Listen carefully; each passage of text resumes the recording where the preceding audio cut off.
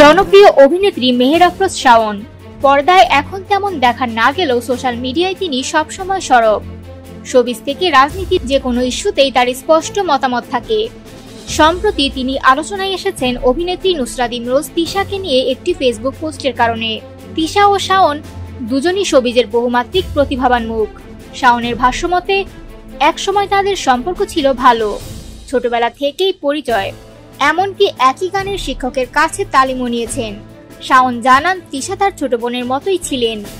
পারিবারিক ও পেশাগত কারণে অনেকবার একসঙ্গে দেখা হয়েছে, কাজও করেছেন। তবে রাজনৈতিক মতাদর্শের কারণে এই দুই তারকা এখন একে অপরের থেকে অনেক দূরে। আর সেই দূরত্ব এবার প্রকাশ্যে নিয়ে এলেন শাওন। গত রবিবার শাওন তার ফেসবুকে তিশার একটি ভিডিও শেয়ার করেন। ভিডিওতে তিশা মুজিব একটি জাতির রূপকার সিনেমায় শেখ ফজিলাতুন্নেসা মুজিবের চরিত্রে অভিনয়ের অভিজ্ঞতা ও অনুভূতি তুলে ধরেছিলেন।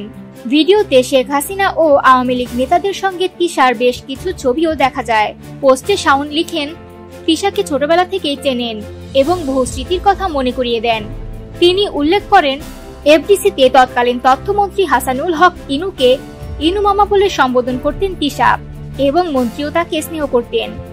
তবে শাওনের মতে বাস্তব জীবনে তিশার আচরণ তাকে হতাশ করেছে। তিনি লেখেন, সিনেমাটি এখনো দেখেননি, আর দেখার ইচ্ছাও নেই, কারণ বাস্তবে যে অভিনয় দেখেছেন তাতেই শখ মিটে গেছে। পোস্টের শেষে শাওন তিশাকে উদ্দেশ্য করে হ্যাশট্যাগ দেন, নাটক কম করো প্রিয়। প্রসঙ্গত, ভারতের খ্যাতনামা নির্মাতা শ্যাম বেনেগালের পরিচালনায় মুজিব একটি জাতির রূপকার মুক্তি পায় 2023 সালে। শেখ মুজিবুর রহমানের চরিত্রে ছিলেন আরেফিন শুভ, আর শেখ ফজিলাতুন্নেসা মুজিব চরিত্রে অভিনয় করেন নুসরাত ইমরোজ তিশা। সরকারের পতনের পর থেকে তিশা বিভিন্ন মহলে সমালোচনার মুখে পড়েছেন।